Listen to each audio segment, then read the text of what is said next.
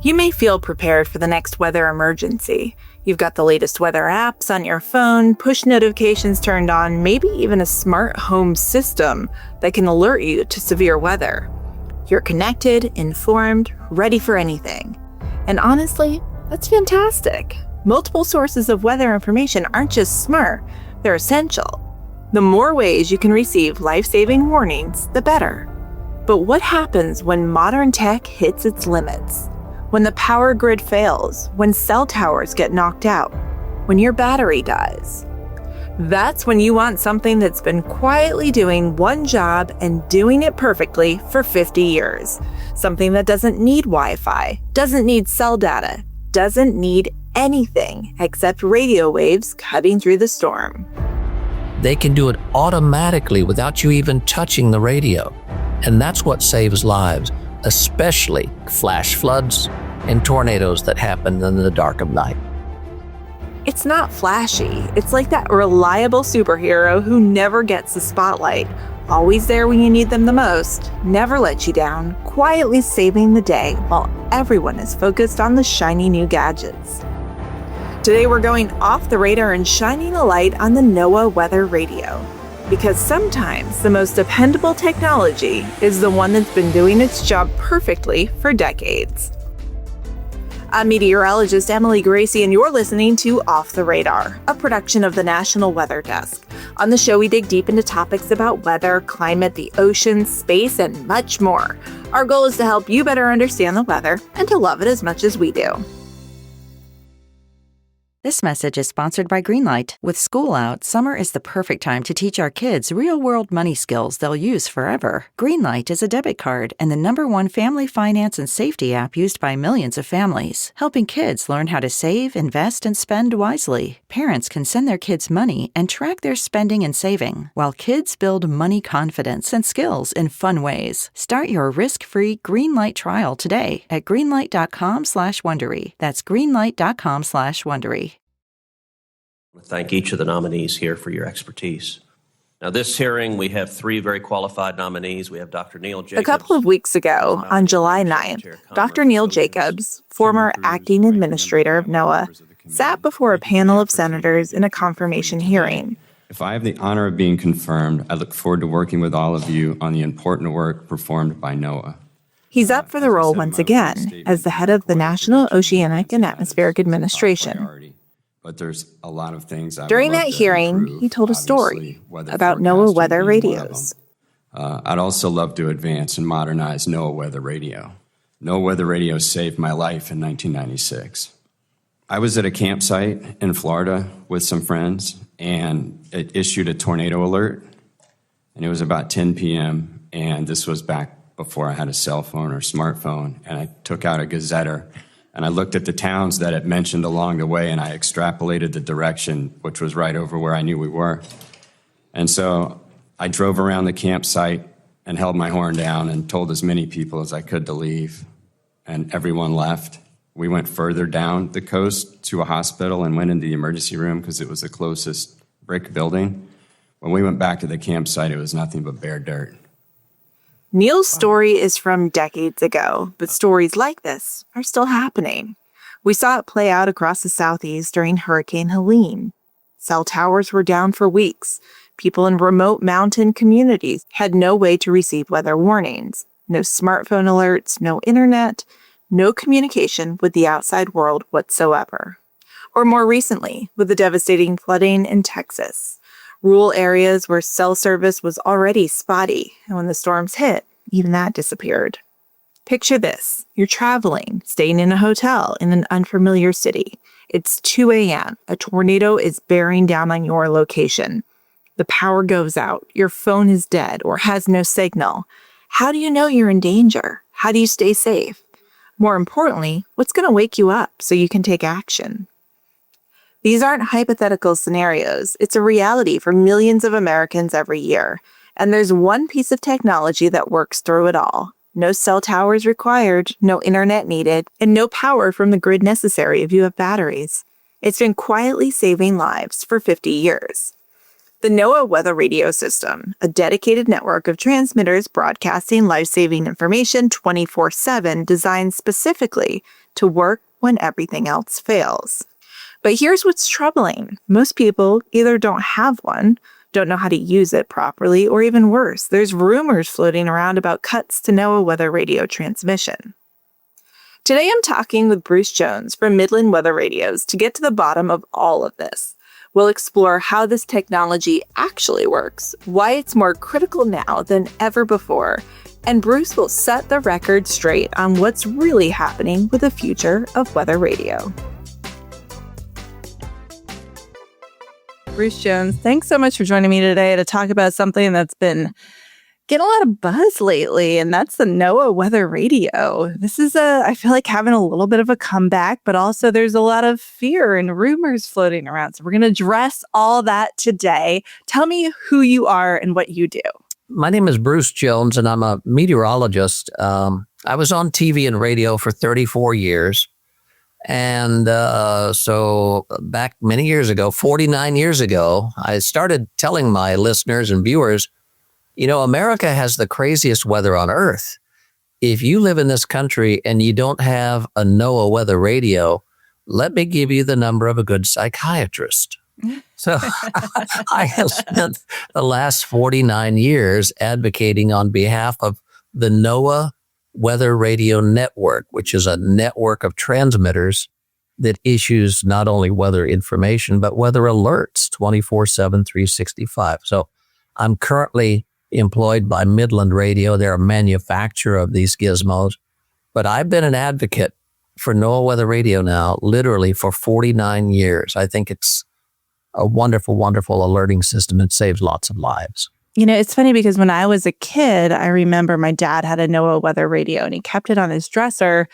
And I guess I didn't really know it did warnings because I just listened to him turn it on every morning for the forecast. Like he would listen to it while he got ready for work. And it did like kind of like thunderstorms, like that sort of in the upper 80s voice doing the forecast. And so I grew up with these things. But can you give me a little history? How long have they been around? This year, 2025, is actually the 50th anniversary of President Gerald Ford designating NOAA Weather Radio as America's official federal warning system.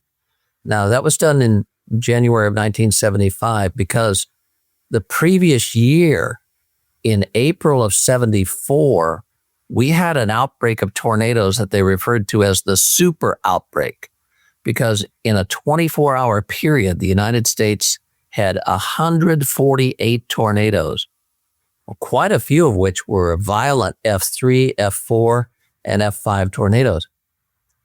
The tornado warnings were coming up so fast and furious that the entire warning system got clogged.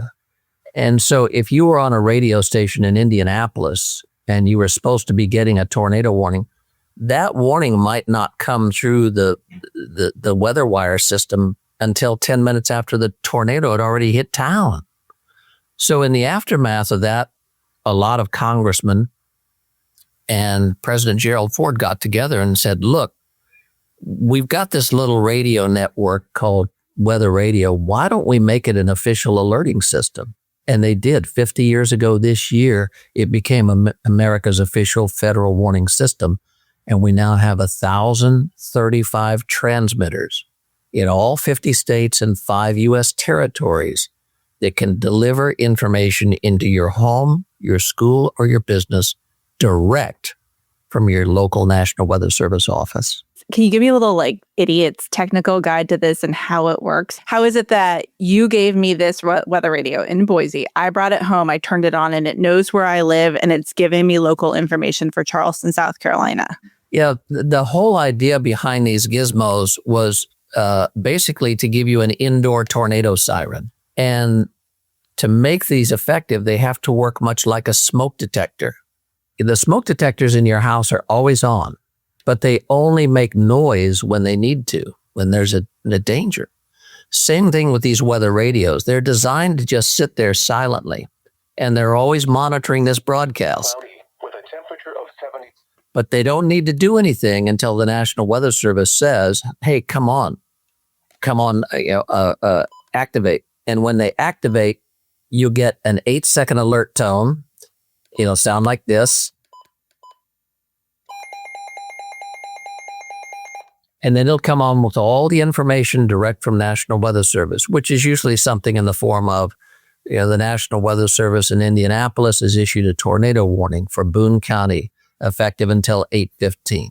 At 7:42, National Weather Service radar indicated a possible tornado located 5 miles south of Taylorville, moving northeast at 35 miles per hour.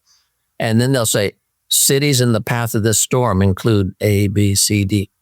So this device, really acting a lot like a storm detector, silently monitors the National Weather Service broadcast. And when they need to alert you, they can do it automatically without you even touching the radio. And that's what saves lives, especially during nocturnal events like flash floods and tornadoes that happen in the dark of night. Mm-hmm. And in recent years, we've become pretty dependent on the wireless alerts that we get on our cell phones. So how does that work? How are they different from what we're getting in these wireless emergency alerts on our cell phone? One of the issues is the wireless emergency alerts are a little bit limited in how much text they have. So, for instance, if you get a wireless emergency alert for a tornado warning, it might not tell you the cities in the path of this storm include A, B, C, D. If you were in Texas in the hill country, got that flash flood warning, it might not have the information about how fast the rainfall is coming down and how quickly they expect the creeks and streams to start rising. That information is included in the NOAA Weather Radio broadcast. But honestly, the big issue that we have is your cell phone is being triggered by a signal coming from the nearest cell phone tower to you.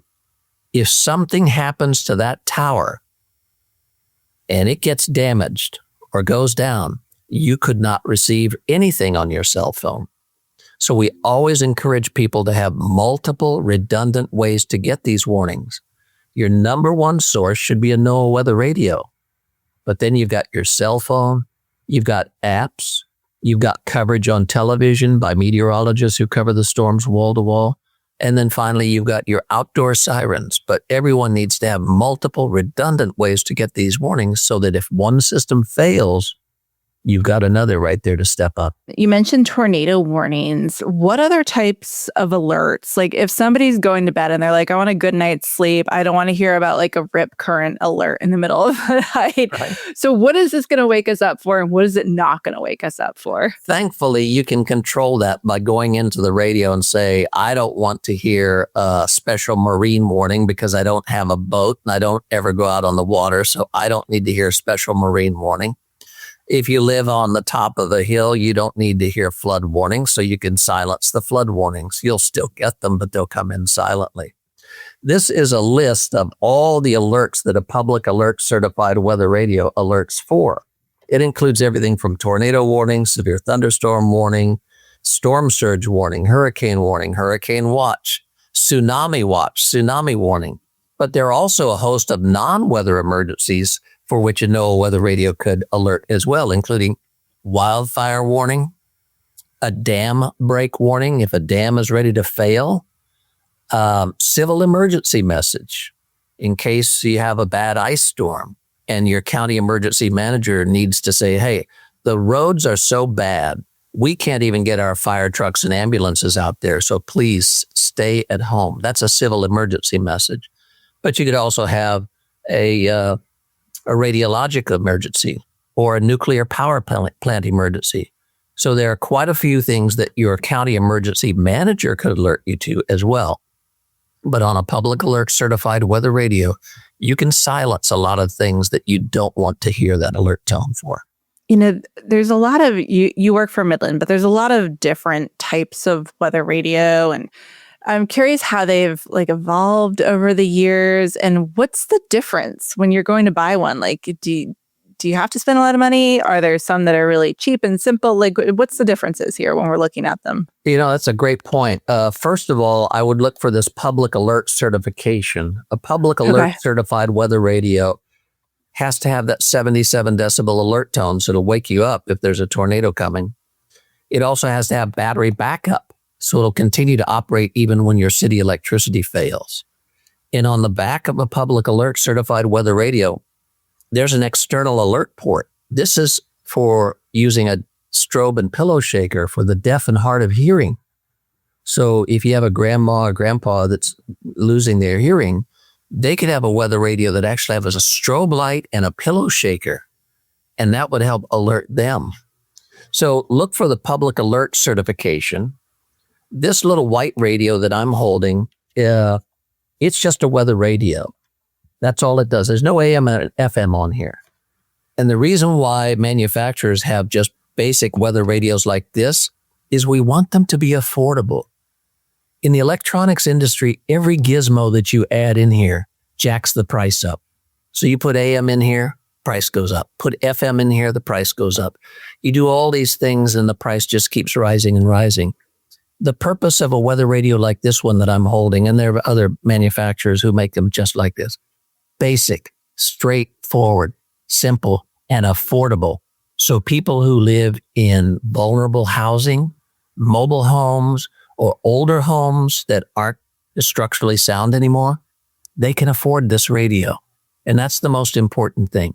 We need to make these gizmos affordable for these vulnerable populations who often bear the brunt of severe weather. So how much are we talking here? For like the most basic. Yeah, these radios are like, I think, $49.99. Do you ever do donations for those communities? Because that's still kind of a hefty price tag. Like if you're trying to decide between dinner tonight and a weather radio, you know? I agree. A lot of emergency managers will use FEMA hazard mitigation funding, and they'll purchase quantities of these. This radio I'm holding has a County of Los Angeles sticker on it. This is a Los Angeles County radio that they use for wildfire warnings.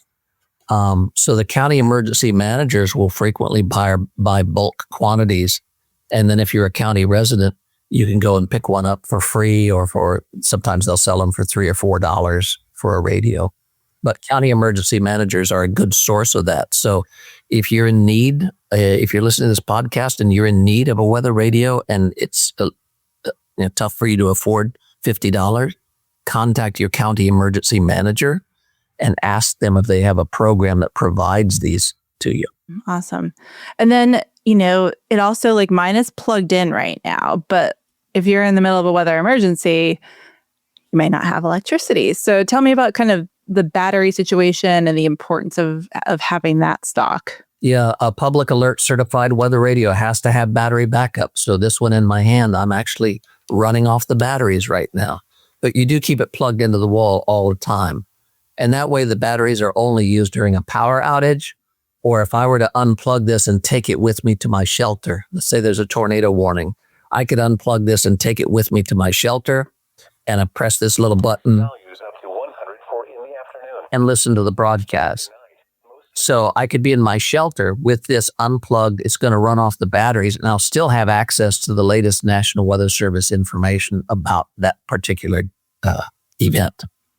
So important. Okay, you mentioned the tools, like if you are hearing impaired. So I want to talk about inclusivity a little bit too. What about if you don't speak English? What are there options there?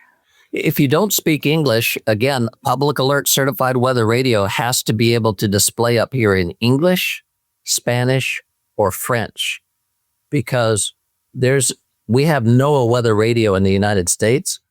Canada has the same system. It's called Weather Radio Canada. So they use these in Canada. And then in Mexico, the SARMEX seismic alerting system uses these radios for earthquake alerts. So you can set this display window to display, let's say, tornado warning in English, or tornado warning in French, or tornado warning in Spanish. So you can change the display here, the language of the display window, to display in your native tongue. Gotcha. Okay. And then also I'm curious because you gave me a little piece of paper too when we were in Boise, and it made mention of this partial county. So when you're going through this setup, what's the deal with the partial counties and the warnings? Can you explain that to me?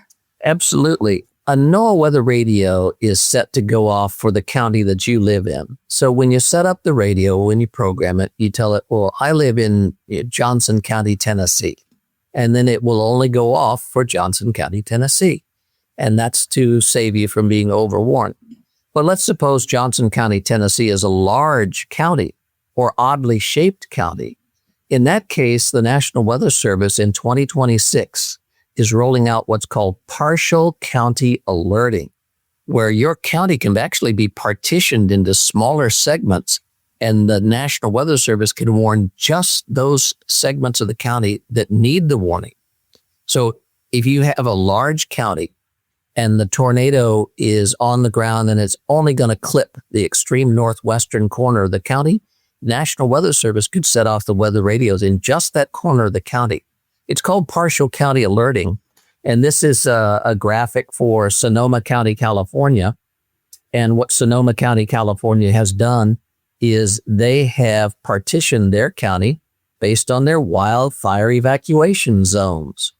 So in any of these colored areas on this map, whatever area you live in, that is a wildfire evacuation zone. And when you set up your radio in Sonoma County, California, you tell it which section of the county you live in.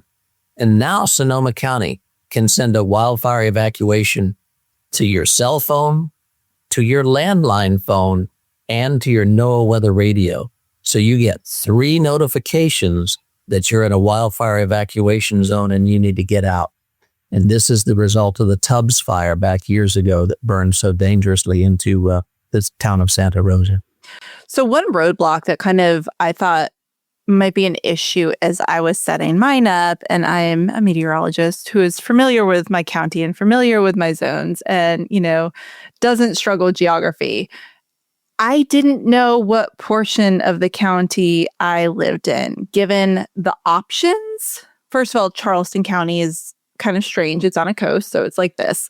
But also, there was no place on the internet that I could find a map of this. And then, the map you just showed me, that's great. But, how does somebody find themselves on that map? It's like an ongoing communication issue, right, with meteorologists and translating this information to the public. So is that a barrier? How do we overcome that? This is a very important question about partial county alerting, and it's this. You pointed it out. Right now, the partial county alerting is just being rolled out for the United States, and not every county has been partitioned yet. Once that is done by your county emergency manager, by sitting down with the National Weather Service and saying, hey, we need to partition this county, we need to divide it up. National Weather Service and Emergency Management will decide how are we going to divide up this county. Then they will post that information on the National Weather Service website and on the County Emergency Management website. Until that point in time, until partial county alerting has been initiated for your county, just set your radio to whole county, meaning entire county, because until they do this partitioning in 2026, until they do that partitioning, you must assume that you just have to have your radio set for whole county, the entire county, and leave it at that. Okay, got it. Okay, so let's say you've set it up, it's for your county, but, let's talk about recent events. Let's say you're getting in your camper and you're headed to go do some camping in a different state. Does your radio know where you are if you take it with you, or do you have to go through trying to understand that local municipality? That's a good question. Can I go off camera for just a second? Yeah, go for it. I got one. I should have brought it over earlier. All right. So the question is, when you travel, can you take this radio with you, a programmed radio for a certain county? Yeah, you can. But when you get to Grand Canyon in Arizona, you're going to have to figure out, well, what county am I in? And, you'd have to reset it.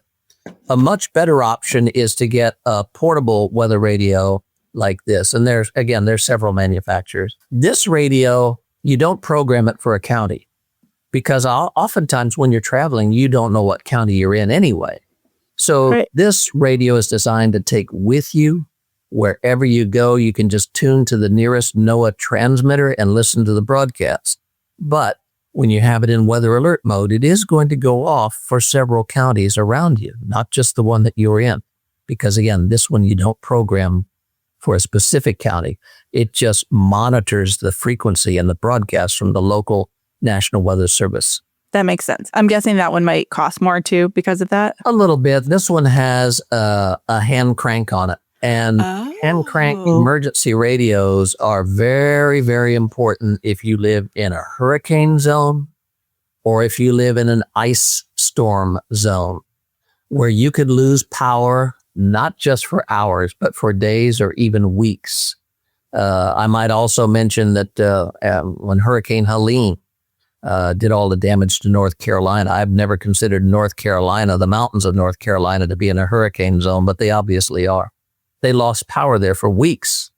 And to have an emergency crank radio like this that allows you to listen to AM and FM news and information, and also the NOAA Weather Radio broadcast, these can be a godsend in a big emergency like that.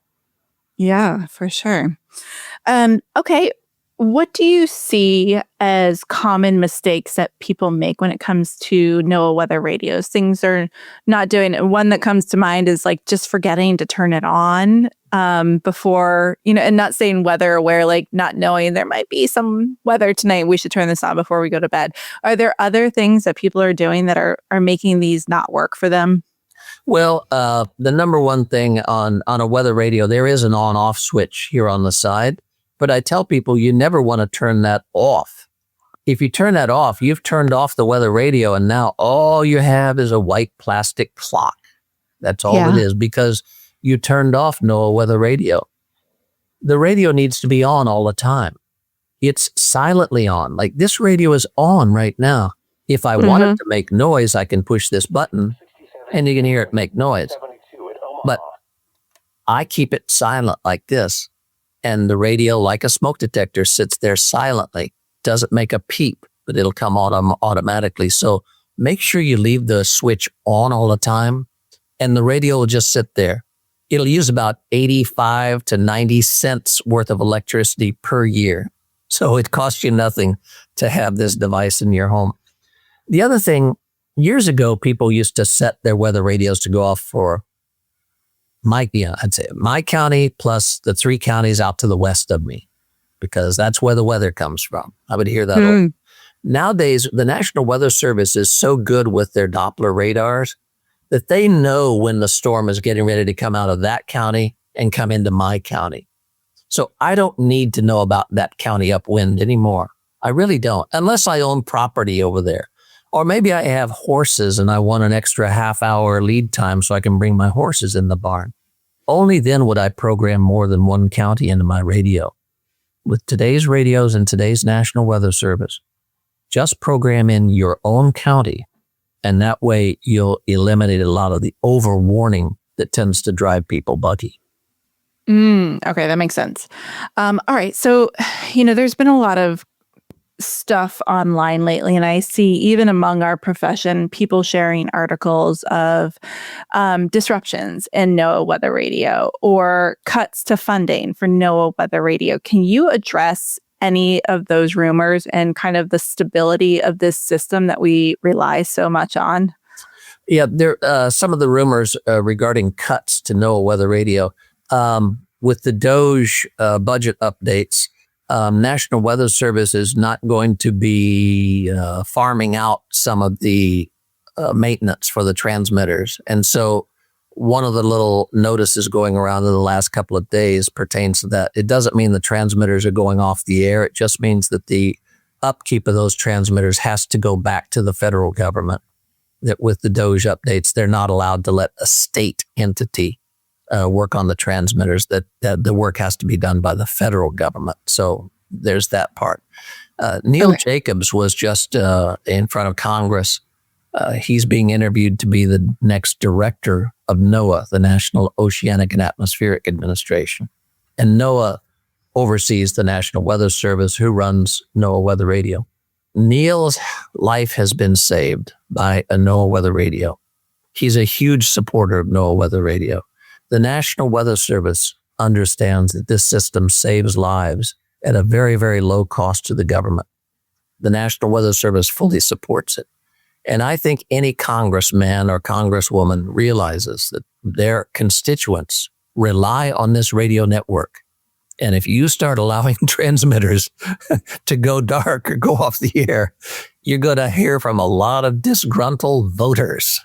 So if you are one of those people who thinks that your transmitter might be vulnerable to being unplugged at any point in time, don't hesitate to contact your representatives in Washington, D.C. and let them know that that ain't going to happen around here. Let's keep them all on the air. And as it stands right now, that's what they plan to do. Thank you for addressing that. Yeah, Neil told that story during his confirmation hearing, which was really cool. There was a lot of talk of NOAA Weather Radio during the confirmation hearing, and he made mention when responding to the Texas flooding that he'd like to see a modernization of NOAA Weather Radio. What does that look like, or I guess sound like in your mind? Like, what do you see for the future? Oh, it's the modernization is overdue. Right now, each National Weather Service office runs a number of transmitters. Like, I think the Atlanta office runs 13 NOAA Weather Radio transmitters out of that one office. The signal from the National Weather Service office out to the transmitter right now is carried by copper phone lines. Copper phone lines. That's what needs to be replaced. And that's what the National Weather Service is modernizing. They want to get rid of those old copper phone lines because they frequently get snapped when somebody with a backhoe digs too deep. What they're going to do is replace those with fiber optic or with cell connection or even with microwave connection out to the transmitter. So that's the modernization that we're seeing. We also have newer transmitters now, better transmitters. So that's another part of the optimization or modernization.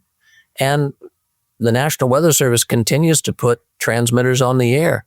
Just this past year, they put 2 new transmitters into the Texas Panhandle following that tremendous wildfire that they had. So they understand the value of this radio network. It's very inexpensive to use this network to warn millions of people of severe weather and disasters. And so the National Weather Service is not only going to maintain it, they're going to modernize it and expand it. That's the plan. It makes total sense when you think about like the money spent on satellites and stuff. This must be just small beans, right? Right. Yeah, absolutely. Yeah, they have satellites that cost over $1 billion a piece. And the budget for NOAA Weather Radio is less than $20 million a year. And that's to run 1,035 transmitters. So really the cost of airtime on a NOAA Weather Radio transmitter comes down to just pennies per hour. It's really dirt cheap to run a NOAA Weather Radio transmitter. Our goal and our challenge is to get more people to take advantage of it. Emergency managers spend a lot of money on outdoor sirens. They're expensive. They can only be heard in about a half-mile or 1-mile radius, and they're expensive to maintain. So expensive to purchase. They have a limited reach, and they're expensive to maintain. The outdoor sirens, I'm saying. You can buy indoor sirens, NOAA Weather Radios, to cover all those homes for about 1/4 the price of doing it with outdoor sirens. And remember, when an outdoor siren goes off, it just tells you something is happening. You have to go and find more information. When a weather radio goes off, it tells you exactly what's happening, when it's going to be over, where it's going, and it tells you what to do to protect your life. So a NOAA Weather Radio is something that's good for your county emergency management. It saves them spending your taxpayer dollars.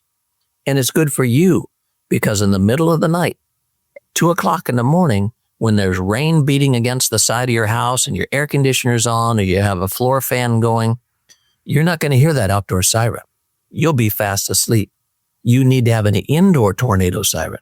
And that's why they built the NOAA Weather Radio network. So if I want to go get one today, if somebody wants to go get one today, where should they go? Where can you buy these? NOAA Weather Radios are available on Amazon. If you're an Amazon Prime member, you can get that free shipped to your home. They're easy to set up, easy to operate.